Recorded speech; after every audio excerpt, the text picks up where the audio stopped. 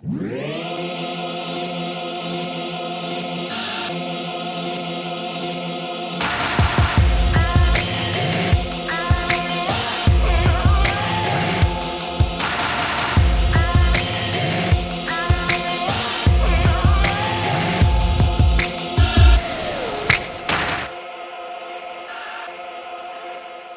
some of the highlight pieces for our December Premier Auction. Let's go through them a little bit. I'll pick one, you pick one, and we can talk about them. And I'll let you go first. You're gonna let me go first? I'll let you go first. You're such a gentleman. All right, so, I mean, it's hard to pick, but it's not that hard. All right, I'm gonna talk about a card right now in the auction that I love quite a bit. So, gold obviously is hot, continues to be hot. If you look at any Brady Prizm Select Gold, they're going for crazy numbers so far for a variety of different reasons. I think rightfully so. This is the GOAT of GOATs. I mean, they're quite frankly is no one better. To be that slow-footed and to be as good as Tom Brady is, I mean, you know, I look up to him. So this particular piece here is the 14 Prizm Gold base. It's not an insert, BGS 9.5. And it's got, matter of fact, the subs are wonderful on it. 2 10s, centering and edges are 10s, corners a 9, and then the surface is a 9.5. These have just been crazy all over the place. The tie-dyes are also going for really big numbers as well, number to 25. So there's nothing hotter than golds right now. No, and like you said, he's the GOAT of GOATs. You know, 7 Super Bowls. It's never going to be touched. And that card's going to bring a serious premium, and I'm really excited to see where it shakes out. All right, my pick. I'm going to go with, I'm a Laker fan. Now, obviously, he's a recent Laker, but the 2003, 2004 limited logos LeBron, numbered out of 75. It's not the lowest number insert from Exquisite, but it's probably the most popular insert from Exquisite. So we actually sold one of these about roughly 4 to 6 months ago. I think it went for about $480,000. What I love about these is the massive patch window that it has. And this one is a great 3-color. You can see the stitching on the gold portion of the patch.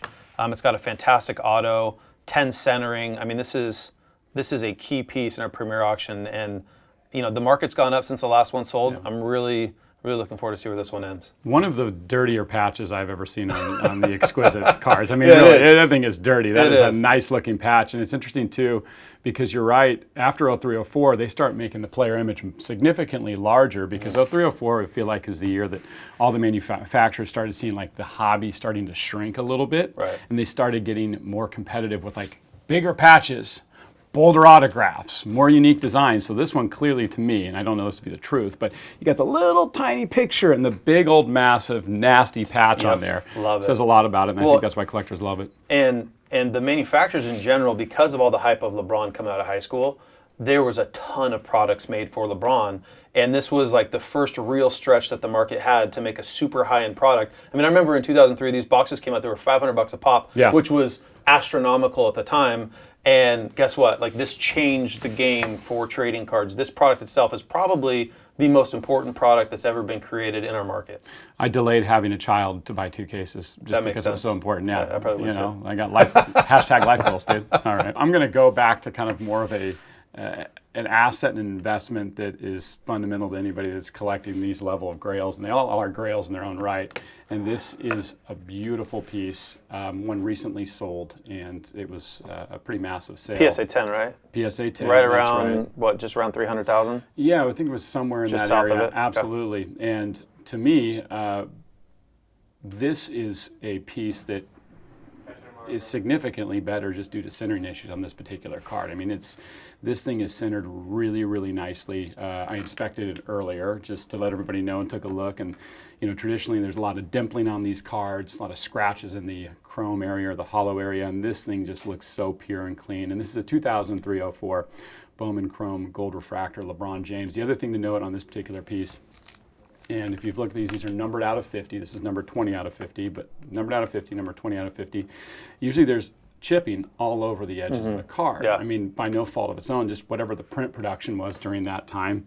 Well, and the centering on them is really tough too. And actually, and I think that's why the PSA 10 sold for lower than what most people expected, is the centering on it. I think it might have been an older grade. The centering was pretty off, and this one it's pretty dead nut centered. It's a really, really good looking copy. It got a 9 surface. I think there is one of those little dimples on the front of the card that you talked about.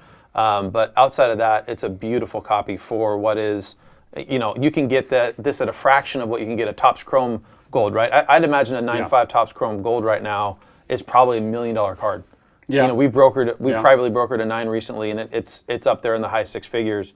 So I would imagine a 9.5 is getting close to that $1 million range, and you can get this for a fraction of the price. Yeah, would completely agree. And again, there's going to always be a debate over the best LeBron rookie card. But from a Chrome standpoint, I just think that this is, in a refracting standpoint, this is one of his best.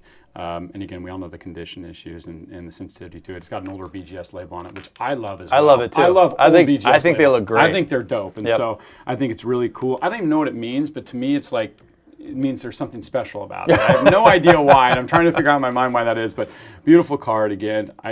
Gold are iconic to me. This is numbered out of 50, 0304 rookie LeBron James gold refractor. So this is my pick. All right. I'm going to continue the basketball theme. So there's always this argument, which I don't think should be an argument, about the greatest of all time for basketball. Yeah. And it seems to be LeBron and Jordan is the argument. So I'm going to go with what I think is an amazing piece. It's a 1998 Upper Deck game jersey, Jordan. This one's hand numbered to 23. It's a Beckett 9.5, and it's quad 9.5 subgrade. So it's an amazing, amazing copy. What I love about this is just aesthetically how it looks. It's got 2 different images of Jordan. Like I said, it's hand numbered. Any card that's hand numbered, it just has a special place in my heart. I love it because outside of the autograph, you know how many copies were made, and it's hand numbered. So I love this card. Jordan, in my opinion, 6 for 6 in the finals. I mean, how can you debate that anyone is more of a GOAT than that? I mean, you could say Bill Russell because he's got 11 rings, but Jordan changed the game in the 80s and the 90s. He's Mr. Clutch, and he's probably one of the most recognized sports figures in the entire world. His love international is massive, and this card, we just sold a BGS 9 of another variation of this, hand number to 23, for about $192,000, and I think this one could hit the $300,000 to $400,000 range. I would completely agree. I think let's talk about the card first. Any late 90s insert or auto patch card is going to be special because it's that time in the hobby when a lot of people stopped collecting. It was the end of the junk wax era. I was just talking to somebody earlier. It's like when we all started having, or at least people my age range started having children, or moving on and going to school or whatever it may be. It kind of stopped. And so there's this core group of real hobby enthusiasts that collected those. Some have been lost and we'll never see them again. And like a piece like that may sell and you may never see it again. Most likely you won't for years. Right. Most likely you never will see it again. So anytime these come up, I know that there's just a rabid group of people that are excited about them, especially in that condition. 9.5 and the auto on that is quality. Let's keep in mind too, this card is 1 year removed from the 97 Upper Deck game jersey where a private sale recently was around $2.7, $2.8 million for a BGS 8 with a 9 auto. Great point. Right? Iconic. This top is 3 iconic hobby cards. 100%. 100%. So, you can get this once again for a fraction of the price that you could get a 97 for, and in my opinion, it's just as pretty. Yeah, I was hoping you weren't going to say all that. Now everybody knows they're in on it. Now they know, like this is a grail you must own. But all right, fine. All right, I'm going to continue my theme on the board because there's one left, and so I'm going to grab the... You're going all gold. All gold. All gold all the time. So this obviously is the 2008 Topps Chrome Kobe Bryant Gold Refractor. This is a mint 9. It's numbered out of 50. Yeah. And obviously, we sold the PSA 10 for just over $300,000 the last Premier Auction.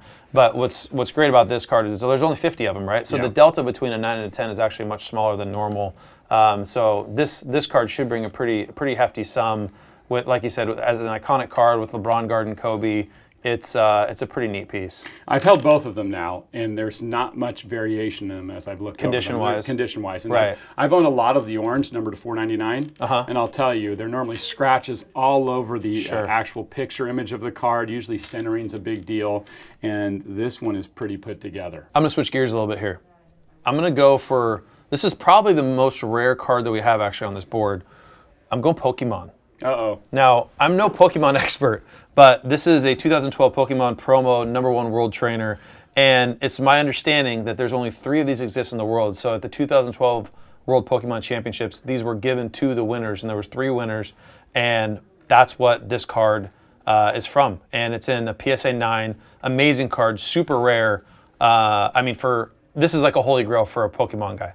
These are known for a lot of chipping, and the card looks Looks really, really, really clean. Like people say in the hobby, and I don't PC Pokemon, but I mean, it is a cornerstone. It's still the largest, trading card game there is in the world. It's the largest media brand in the world. Media brand in the world, and obviously it's a cornerstone and a great investment piece as well as a PC item. So beautiful piece, and I think that was a good pick, man. All right, I feel like I got to go pound for pound with you. Like if you're like at the park and a kid hits you with a spin move and scores on you, you're like, I'm gonna go hit you with a spin move too. So I am drafting here. This is the 99 Pokémon Charizard, the one that started it all. The GOAT of Pokemon. This is first edition, and this is in a Gem Mint 10. This was a newsworthy piece, obviously. About a year ago, if I'm not mistaken, in the hobby, there was several of these that were purchased that were big items. I believe Logic or someone purchased a PSA 10. Correct. And rightfully so, this older PSA label, which is, again, I don't know why I keep pointing that out. It's interesting to me, and I think for a lot of collectors is too. But this is shadowless and hollow. It's a beautiful card and piece. Again, we just talked about with the other Pokemon card, the cornerstone of it within the hobby. Sure. And Zard, man. Zard is still that's the Pokemon. It's the commodity, right? It's the commodity asset. Yep. 100%. Absolutely. And so this is a nice version of it. I never thought I'd hold a Gem Mint 10 in my hands, but we've got one right now. So it's beautiful. And when I look at here, you can see that surface looks beautiful on it. Usually the edges on these are pretty rough with a lot of whitening because people played with these, Right, sure. As I tell my kids now, like if you meet somebody at school and they collect Pokemon, invite them over to the house. I'm just saying, like that's important now, okay? I'm gonna go vintage. I'm going with the old Hank Aaron here. This is probably the best vintage card that we have in the auction. So you got a 54 Topps Hank Aaron rookie and a PSA 9. This card looks really nice. It just missed our sticker qualification. It's a pretty nice copy for a 9 though. And this card is in a 9 is a pop 25, but the 8s are a pop 195. So 25? Only 25 PSA 9s, so 195 PSA 8s. And there's only 2 PSA 10s that exist. So it's I mean, obviously he's a legend, an icon, a top, top 10 player all time. Yeah. And this is one of those pieces we sold a couple months ago. We sold a PSA 9, I believe, for around 500,000. I'd expect this to bring that, if not more. It's a really, really nice copy, and I think anybody who's been looking for one, this is the one to get. Well, I feel like for me too, I've transitioned into vintage a lot more, and we know PSA is tough on vintage cards, and that is super tough. It's beautiful. I mean, it's so bright. I was looking at it earlier. The orange is so bright on that card. Yeah, the color on it's amazing. Stunning. It's stunning, and the centering's great on it. Beautiful piece. This is also the 75th anniversary of the breaking the color barrier in Major League Baseball. Yep. So I mean, I think that people are starting to catch on to that and starting to collect this more, and that's a beautiful piece. And I hate you for stealing that one. It's all right. I got to do it because I let you swipe one, and now I need to swipe one myself. And this is again the 2003-2004 Exquisite Collection limited logos Kobe, the Black Mamba. This patch is awesome. 3-color patch. The stitching on it is nice and intact. There's not a lot of fraying on it. The on-card auto is exquisite, dare I say? Yeah. It is. Well, and those normally go off the card. The tail of Kobe's autos traditionally goes off the card, and it doesn't. Yeah. So getting a 10 auto on those actually isn't easy. This is graded in a BGS 9. It's got 10 for centering. It's got 9 on the edges, 8-5 corners, and then a 9 surface. These are, these thick cards are so difficult. The corner, getting a corner grade of an 8-5 or a 9 on an exquisite card is super, super common because of how thick they are, right? Yeah. The paper stock they used back then, I mean, the card is almost 20 years old. So yeah, the corner edge or the corner grade of an 8-5 is not uncommon at all. And I still think the Kobe market is on the upward trend and may continue to skyrocket, because I don't know if there's an athlete that's more loved in other markets, especially I'll say in the Eastern Asian market, than Kobe. Kobe spent a lot of time over there. Cult following. The people love him.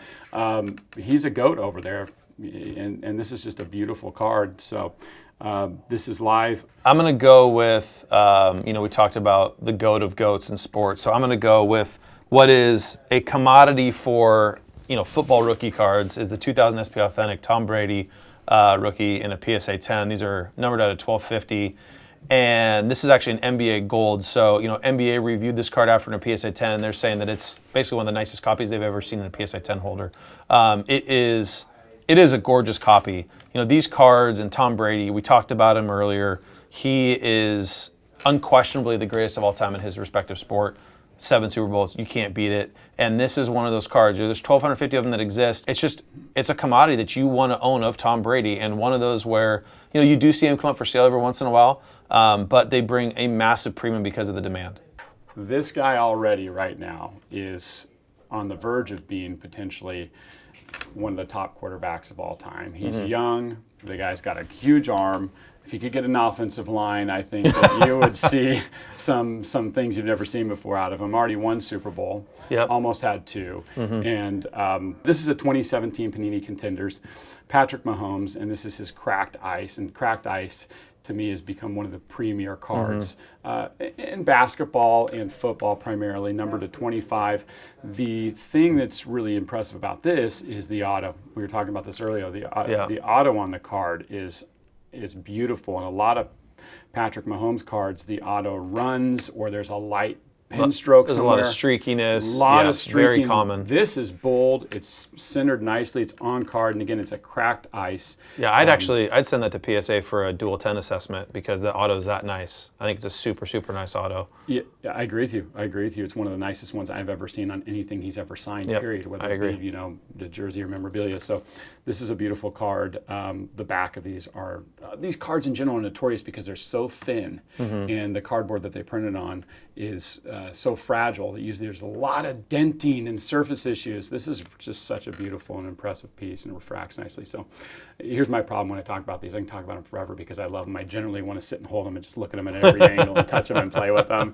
And this is such an awesome card, and the guy's going to do some big things for a long time. So 2017 Panini Contenders, Patrick Mahomes, autographed Cracked Ice, and this is a PSA Gem Mint 10. My last pick, you just don't see these very often, so I'm going to go with LeBron. I'm going to go with the SP Authentic Signatures Golds. This is numbered out of 50, and this is a BGS 10.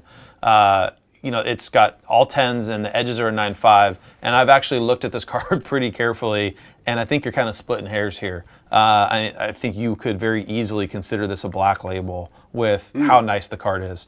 And the auto is pristine. It's a perfect autograph. Serial number 21 of 50. This is a fantastic asset. We've talked a lot about LeBron and the GOAT conversation. If he can win another one with the Lakers, that's going to put him at 5. And that's serious category. Now you're in Magic Johnson land. You're one away from Jordan. He's running out of time, so he's got to get busy. And the Lakers need to gel well with all the guys they have.